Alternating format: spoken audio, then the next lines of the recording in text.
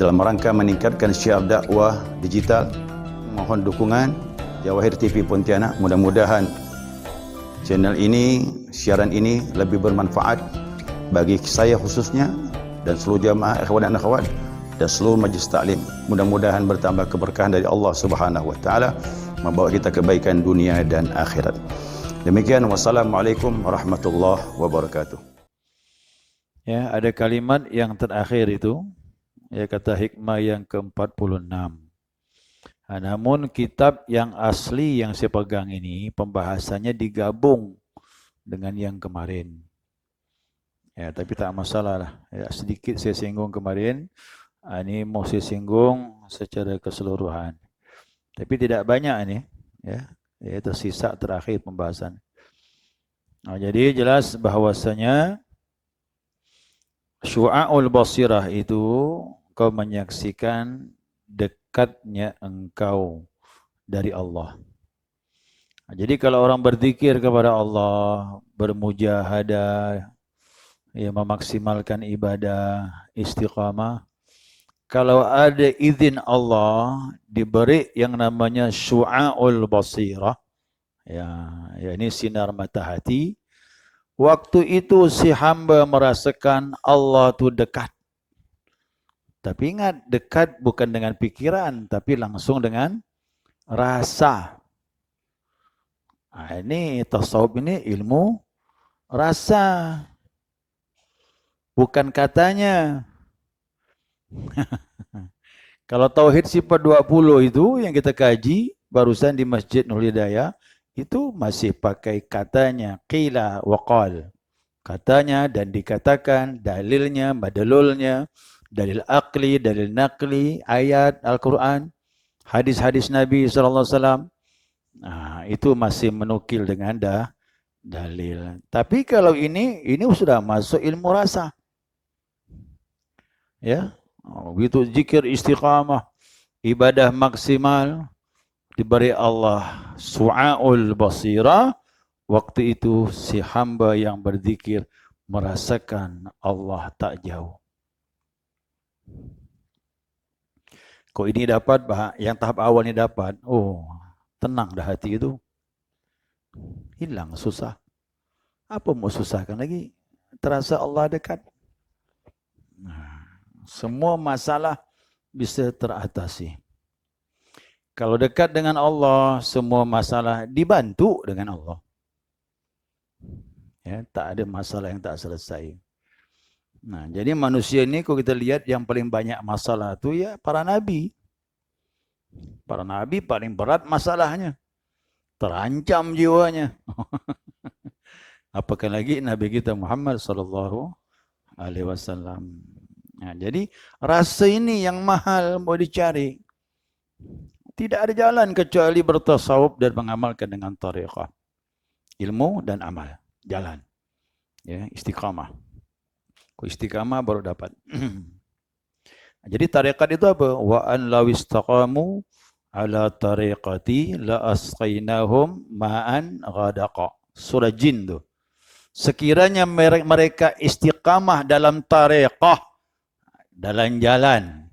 Mana jalannya? Jalan Nabi lah. Salat 5 waktu, qabliyah, ba'diyah, salat duha, salat tahajud, kuat sedikit, Senin, Kamis, puasa, zikir dimaksimalkan, ngambil dari mursyid.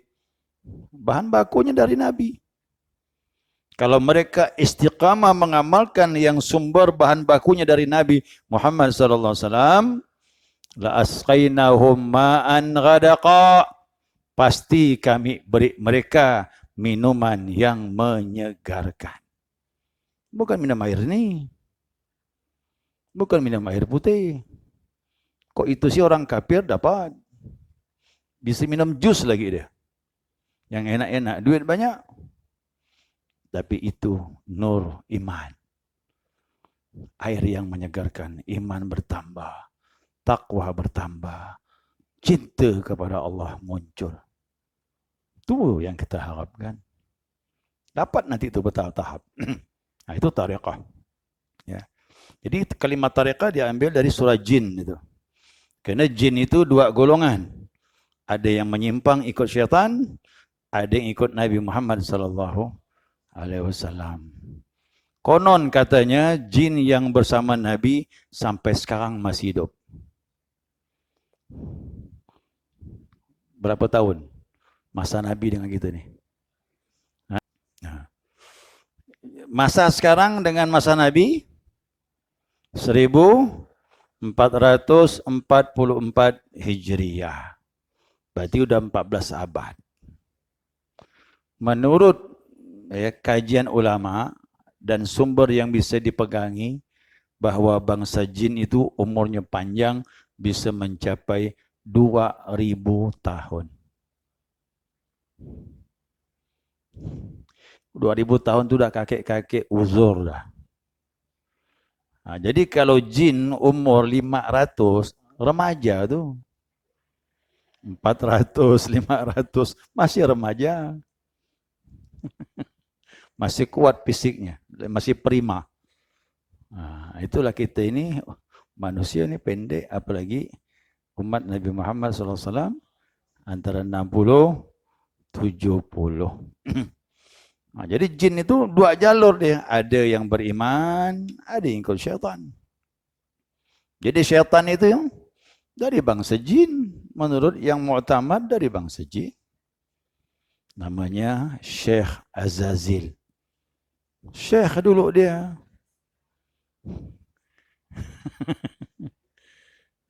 Ibadahnya Masya Allah Bapak Ibu. 1000 tahun di bumi ibadahnya. Istiqamah lagi, udahlah 1000 tahun, istiqamah lagi. Naik derajat. Diangkat Allah, diletakkan langit pertama, langit dunia. Ibadah 1000 tahun, istiqamah lagi. Diangkat, naik langit yang kedua.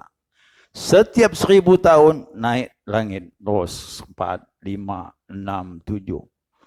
Sampai di Baitul Ma'mur. Di Baitul Ma'mur di atas langit ketujuh, tempat tawafnya malaikat. Kumpul dengan malaikat dah. Luar biasa tu Syekh Azazil. Ya. Jadi kok masalah ibadah, jangan lawan Azazil tu. Kuat ibadahnya. Cuman ada sombong ya di hati. Tatkala Allah ciptakan Nabi Adam, jadi khalifah di muka bumi, dah. Tak terima dia. Aku ibadah lebih banyak ya Allah. Ya hati-hati yang ahli ibadah sombong. Tak diterima Allah. Ya, dalam ilmu tasawuf yang maksiat kembali kepada Allah, merasa hina dan beribadah lebih baik daripada orang yang taat tapi sombong. Tu pandangan tasawuf. Jadi kita dicetak ni beribadah, jadi tawadhu, bukan jadi sombong. Makanya wajib belajar ilmu ini. Ya, siapa tak belajar ilmu ini, wah bahaya. Bisa rusak ibadah. Ya. Nah, kemudian tatkala naik tingkat yang kedua, apa namanya tu? Ainul basira, mata hati pun terbuka, mukasyafa. Nah, pada waktu itu diperlihatkan kepadamu ketiadaan dirimu. Oh, rasa-rasanya aku ni tak ada. Tatkala merasakan adanya Allah. Oh, ini lebih kuat lagi. Rasa diri ini tidak ada. Karena kuatnya merasakan kehadiran Allah Subhanahu wa taala. Ini mukasyafa. Tembus sudah. Ya, terbuka mata hati. Itu intensif lagi. Harus ada ekstra ibadah. Istiqamah itu perlu. Ya, al-istiqamah khairum min alfi karamah, kata ulama. Istiqamah itu lebih baik daripada 1000 keramat.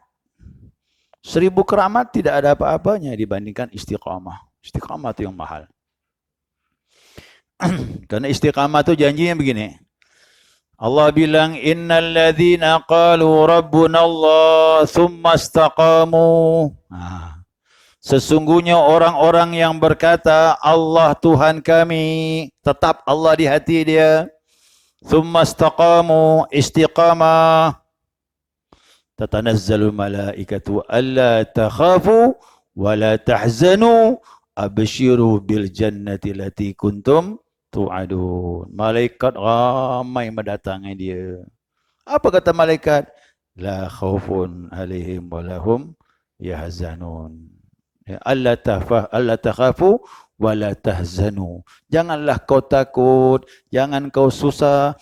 Abshiru bil jannati lati kuntum tu'adun. Berita gembira surga yang dijanjikan. Itu orang istiqamah. Surga dua macam. Surga di sini dengan surga di akhirat. Surga di hati ini nikmat, ya, yang tak bisa diungkapkan kalau orang sudah dekat dengan Allah Subhanahu wa taala.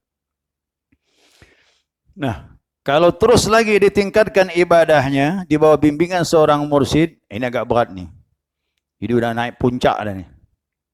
Harus ada pakarnya yang membawa. Begitu naik lagi ke atas, ya, ke tingkat yang terakhir namanya haqqul basirah. Haqqul basirah itu dinamakan haqqul yakin. Waktu itu bagaimana? Disaksikan kepadamu wujudnya. Yushhiduka wujudahu.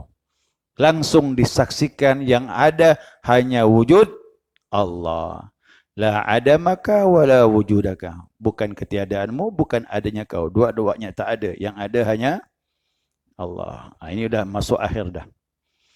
Ya, dia berada di dunia, betul. Berada di perumahan Al-Jawahir, ya. Berada di rumah masing-masing, ya.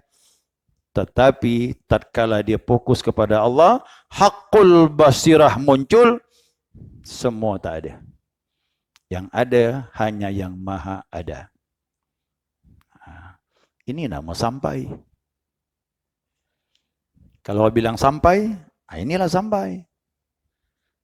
Ya. Sampai akhir perjalanan. Jadi kalau diberi urutan dalam perjalanannya, yang pertama syu'aul basirah, ini untuk salik.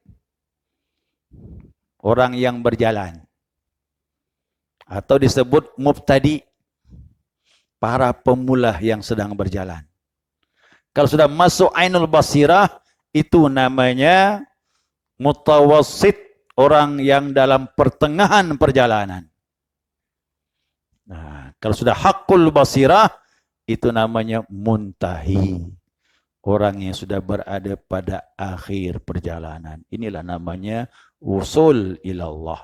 Sampai kepada Allah. Paham tu?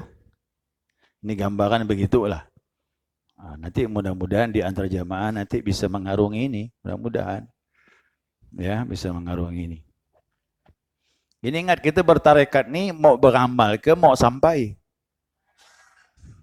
Tanya, jawab masing-masing. Siapa yang mau sampai, bertarekat namanya. Kalau hanya ingin beramal saja, ya amalan bukan tarekat. Tarekat kan jalan. Jadi kita harus berjalan. Ya, kita tidak ngurus macam-macam ya, kita ngurus amalan. Nah, sibuk ngurus macam-macam, amal terganggu untuk apa? Kok saya gitu dah prinsip saya. Sekarang nak beramal. Apa cerita hiruk pikuk, jangan kita terganggu. Yang penting kita mau dekat dengan Allah. Mudah-mudahan dengan berkah mursyid kita digiring. Gitu dia. Ya, dengan guru-guru, dengan mursyid.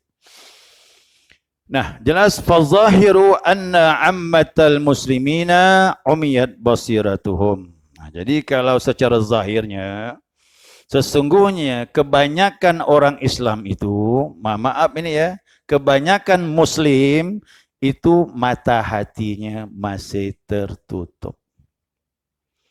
Dia percaya sama Allah, percaya. Dia ibadah, nyembah Allah, iya. Tapi hati tertutup. Dia belum bisa merasakan. Inilah umat Islam yang banyak seperti itu. Dan memang tak disalahkan. Itulah dia. Orang yang naik peringkat ni kan yang ada kemauan. Yang tak ada kemauan, ya itu dia dapatkan. Yang ada kemauan, insya Allah dibimbing. Ya. Wa tahqiqu huwa ma taqaddama min at-tafsil. Nah, telah benar apa yang dahulu kita tafsil dah ya, kita rincikan. Ya, tentang orang muslim awam dan sebagainya, orang mukmin kebanyakan, orang yang dalam perjalanan, orang pertengahan, orang yang sudah sampai. Sudah dirincikan kemarin kan? Udah. Udah belum? Udah, lupa ya tu.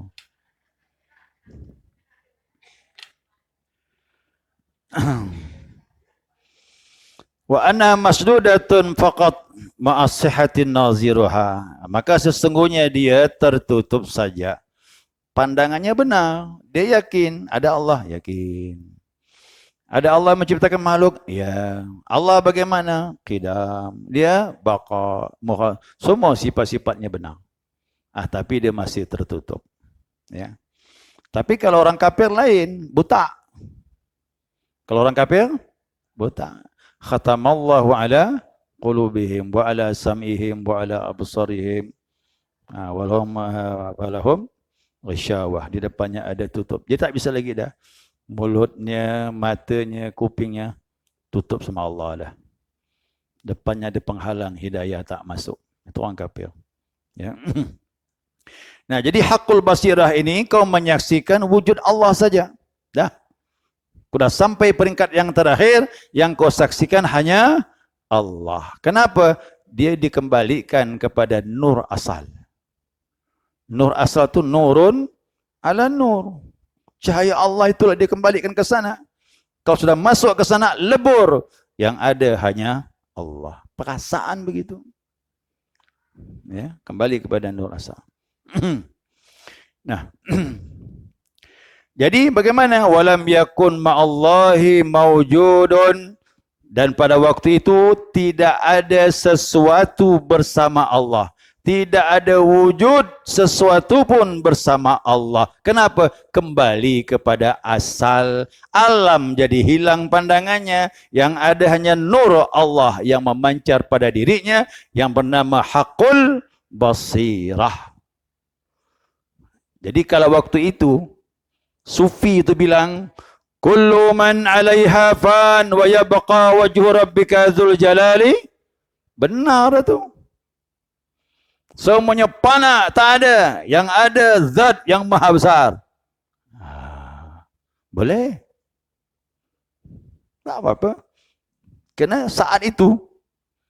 Tapi kalau dah kembali baka, tak boleh lagi ngomong itu. Yang waktu siapa lagi? Al-Halaj. Laisa fi jubbati illahu. Tidak ada di dalam jubahku ini kecuali dia. Waktu itu apa? Dia merasakan dia tidak ada. Yang ada hanya yang maha ada. Waktu itu boleh ngomong. Kalau udah sadar siuman lagi, tak boleh. Ingat ya, jangan nak nukil-nukil. Duduk di pasar ngomong gitu pula. Tidak ada di balik jubahku ini kecuali dia. Kafir lah kau. Benar, kafir tu. Jadi dia ngomong begitu kerana dibukakan hakul basirah dan dia mengatakan itu dalam pandangan dia. Makanya Abu Yazid begitu dia menyatakan, begitu hakul basirah ni muncul, Abu Yazid pun ngomong, Subhani man a'zama syani. Maha suci aku, betapa agungnya aku. Bahaya nak tu. Lalu begitu dia siuman daripada syatah, tu namanya syatah. Kalimat tergelincir kena bawaan dalam. Begitu Abu Yazid ditanya, ya Abu Yazid, hati-hati kau tadi ngomong. Aku ngomong apa? Kau bilang Subhani man a'zama syani. Maha suci aku, betapa agungnya aku. Iyakah? Aku ngomong seperti itu? Ya. Dia ambilnya pedang. Pedang. Ni pegang pedang ya. Kalau aku ngomong lagi macam itu, tebas leher aku. Jangan ragu, kata dia. Takut gak tu yang disuruh tu? Iyalah, nebas leher wali Allah. Ya kan? Kalau aku ngomong lagi macam itu, ini pedang, udah diasah tajam. Tebas leher aku. Jangan ragu, kata dia. Akhirnya kerjakan. Tak lama lagi, sore hari, syatah lagi dia. Tergelincir lagi mulutnya. Subhani man ini kadang-kadang hakul basirah itu berulang-ulang. Pagi muncul, sore muncul, kadang tengah malam muncul. Syatah lagi dia. Subhani man a'zama syani. Maha suci aku, betapa agungnya aku. Kawan tu mengambil pedang. Ditebasnya Abu Yazid tu, das kata dia. Pecah Abu Yazid jadi 12 orang. Macam mana? Dia pun bingung, yang mana yang asli? Padahal semuanya asli. Jadi nanti kau di pasar, ya di manalah pokok tadi yang ngomong-ngomong masalah inilah ni. Tiada lain diri aku ni hakikatnya Allah, ambil pedang. Tebas leher dia. Kok dia lari, bohong lah tu.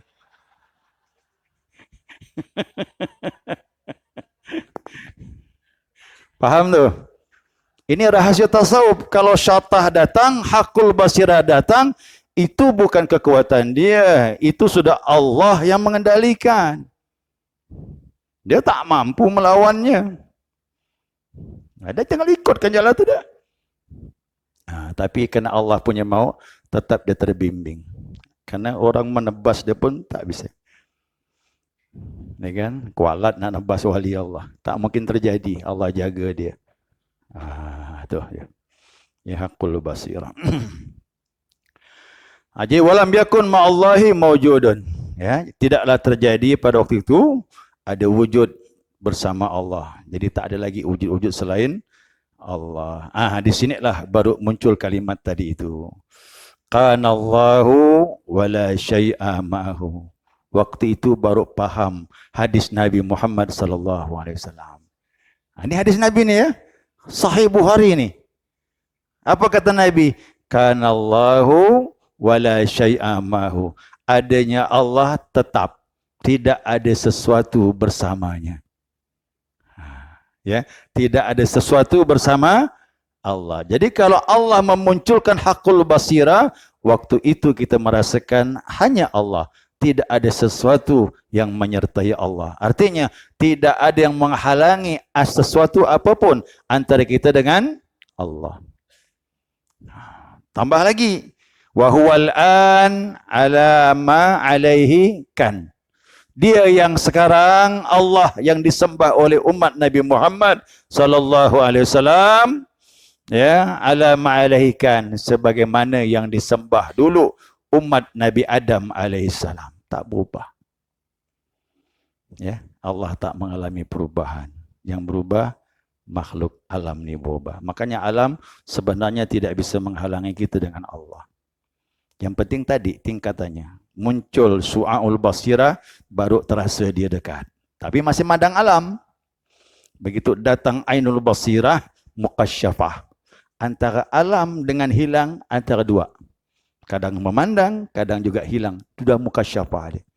Tapi kalau sudah hakul basirah muncul di hatinya, tidak ada sesuatu bersama Allah Subhanahu wa taala. Dan ini sudah dialami para mursyid, guru-guru kita semuanya. Makanya duduk dengan mursyid sama dengan kita duduk bersama Allah. Paham tak? Duduk dengan mursyid sebentar sama dengan kita duduk bersama Allah. Kata Abul Abbas Al-Mursyid, dia menyatakan bahwasanya kau duduk bersama kami lebih abdal daripada melaksanakan salat sunnah setahun. Bapa ibu salat sunnah pahala dapat. Tapi iman belum tentu melejit. Tapi duduk dengan mursyid yang sudah mengalami haqqul basirah, itu iman bisa bertambah. Lebih dari yang kita dapat salat sunnah setahun.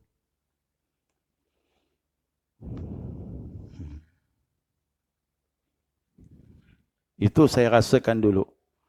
Waktu saya berkunjung Ya dulu goyang masih pikiran macam-macam. Mau berzikir kah? Mau berdagang rasanya. Wah maklumlah cerita dunia ini kan selalu mengganggu. Ya. Datanglah saya dengan Pak Jai itu. Waktu itu umur saya 32 tahun. 32 tahun. Waktu umur 30, Abah masih bisa ngomong. Masih bisa ngomong. Ngomong. Dia tanya. Saya berangkat ke sana. Waktu itu beliau masih ngomong. Masih ngomong. Ya tanyalah tentang Pontianak waktu itu. Gimana Pontianak? Tinggal di mana anak ini? Saya bilang saya Pontianak, Bah. Oh, dekat Sambas, kata dia. Langsung ke Sambas.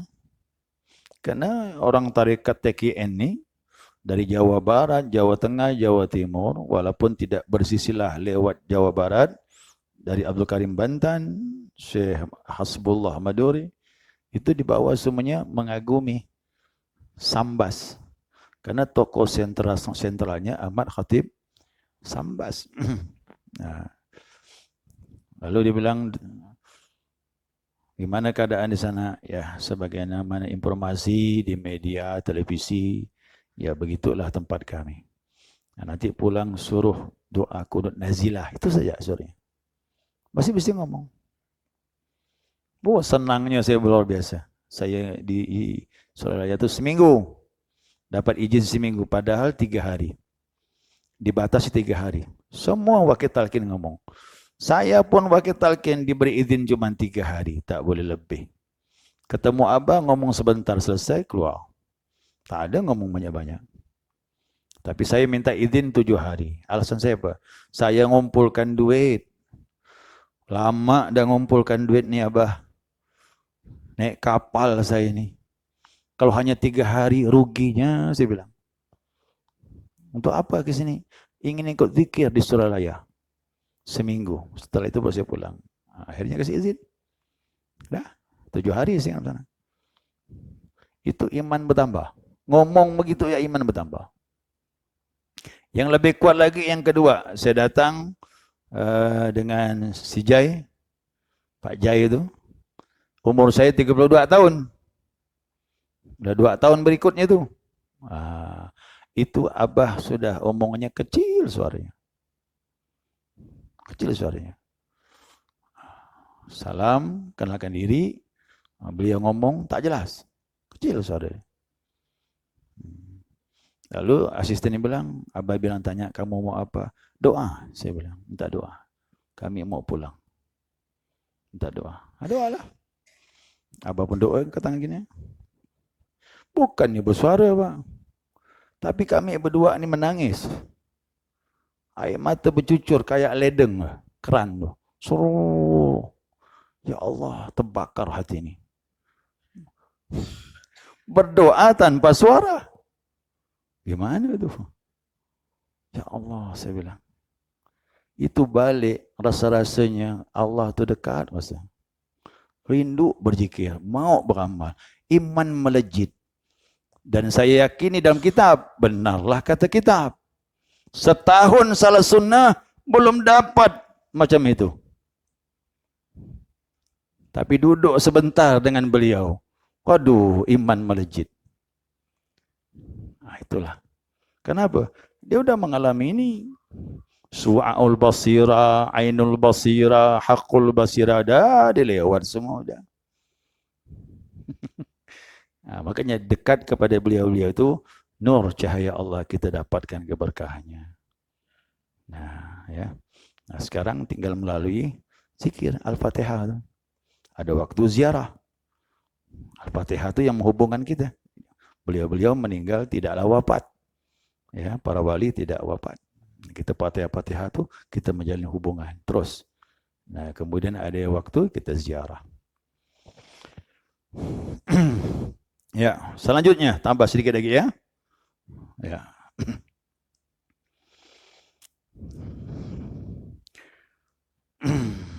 Wa hadhihi ziyadatu wa illam yakun fil hadithi lakin ma'naha sahihun. Ini adalah tambahan pembahasan ya tentang hadis tadi, makna-makna semuanya dibenarkan dalam ilmu tasawuf. Jadi kalau saya melihat hadis itu menjadi berat nilainya, maknanya dalam kalau dipahami dengan tasawuf.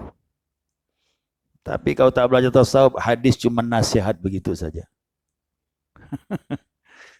Makanya beda orang tasawuf membaca Al-Quran, dia diberi makna yang dalam.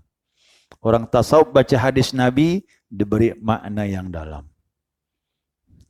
Jadi ucapan Nabi itu sedikit tapi padat maknanya. Itu kelebihan Nabi itu jami'ul kalim. Salah satu kelebihan aku, diberi Allah sedikit kalimatnya tapi menghimpun makna yang banyak. Itu namanya jami'ul kalim. Perkataan Nabi itu. Jadi wajar kalau ada orang berbeda pendapat dalam menafsirkan hadis itu wajar. Bisa terjadi itu. Ya. Idh taghayyaru alaihi ta'ala muhal. Karena hadis ini tadi ini tentang Allah dulu sekarang sama, karena Allah tak berubah. Kalau Allah berubah, muhal kata dia. Itu hal yang mustahil. Allah tak berubah dari dulu sampai sekarang. Yang berubah ni makhluk. Sebenarnya makhluk tidak bisa menghalangi kita dengan Allah. Kalau muncul haqqul basirah, kita akan melihat Allah sangat dekat dengan kita. Ya, dengan kita. Tergantung ini yang membukanya tasawuf dengan amal, zikir. Yang penting istiqamah. Wa qala Muhyiddin bin Muhammad bin Ali bin Arabi. Berkata Syekh Muhyiddin Ibnul Arabi. Ini terkenal ya. Al-Hatimi. Al-Hatimi marganya ni. Jadi Al-Hatimi itu sama dengan marganya dengan Abu Bakar As-Siddiq radhiyallahu anhu. Ya. Ada yang mengatakan Abu Bakar itu At-Taimi. Al-Hatimi ini kalau tidak salah sama dengan Ustaz Abdul Ghani. Ustaz Abdul Ghani Mahmud Al-Yamani Al-Hatimi. Ya. Dia orang Arab tapi di Spanyol. Ya, tapi dia sufi besar. Apa kata beliau? Ini terakhir nih ya, perkataan beliau kita ambil. Beliau menyatakan bahwasanya man syahidal khalqu la fi'la lahum faqad faza. Siapa yang menyaksikan makhluk tapi makhluk itu dilihatnya tidak ada perbuatan bagi makhluk, hakikatnya dilihat perbuatan Allah, faqad faza. Ini orang udah beruntung. Kalau dia melihat dengan ainul basirah, ini makhluk ini bergerak, dia yang beraktivitas, hakikatnya Allah yang bantu dia. Dipandangkan begitu. Ini sudah termasuk beruntung. Wa man syahidahum la hayata lahum. Siapa yang menyaksikan makhluk dalam pandangannya tidak ada sifat makhluk itu hidup, hakikatnya Allah lah yang maha hidup, faqad jaza. Pandangan ini diperbolehkan. Artinya apa? Mendekati. Yang terakhir, waman syahidahum ainul adam. Siapa yang memandang makhluk ini tidak ada. Maka dikatakan faqad wasal. Inilah orang yang telah sampai kepada Allah Subhanahu wa taala. Jadi kalau kita duduk dengan mursyid, guru-guru tarekat, sudah dia termasuk orang yang telah sampai, duduk bersama mereka, hakikatnya kita duduk bersama Allah karena dia bersama Allah. Makanya berkah.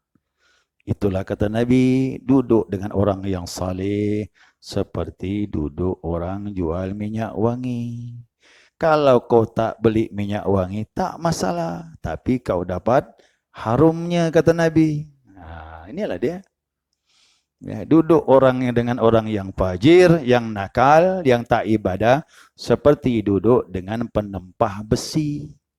Walaupun tak kena apinya, tapi asapnya telah mengganggumu. Makanya dalam bertarikat harus kumpul. Jangan masing-masing. Masing-masing tak jadi. Kekuatan berjamaah ini lain. Satu saja ikhwan bergembira hatinya menyebut Allah, senang hatinya dalam hatinya waktu berzikir, kena yang lainnya nyetrum. Kok masing-masing tak dapat tuh? Itu kelebihan berjamaah. Maka saya anjurkan jamaah ikutlah zikir. Ya, tidak harus di sini. Kita ada beberapa masjid. Ya, saya kira cukup jamaah sekalian, mudah-mudahan dapat dipahami. Ya, insya-Allah kita sambung lagi pembahasan berikutnya. Ya, indah sekali. Ini makin dalam nih kajian nih. Ya, jangan pula tidur ya. Maklumlah, makin tak paham tuh kadang-kadang tidur. Mudah-mudahan Allah bukakan pemahaman, insya-Allah.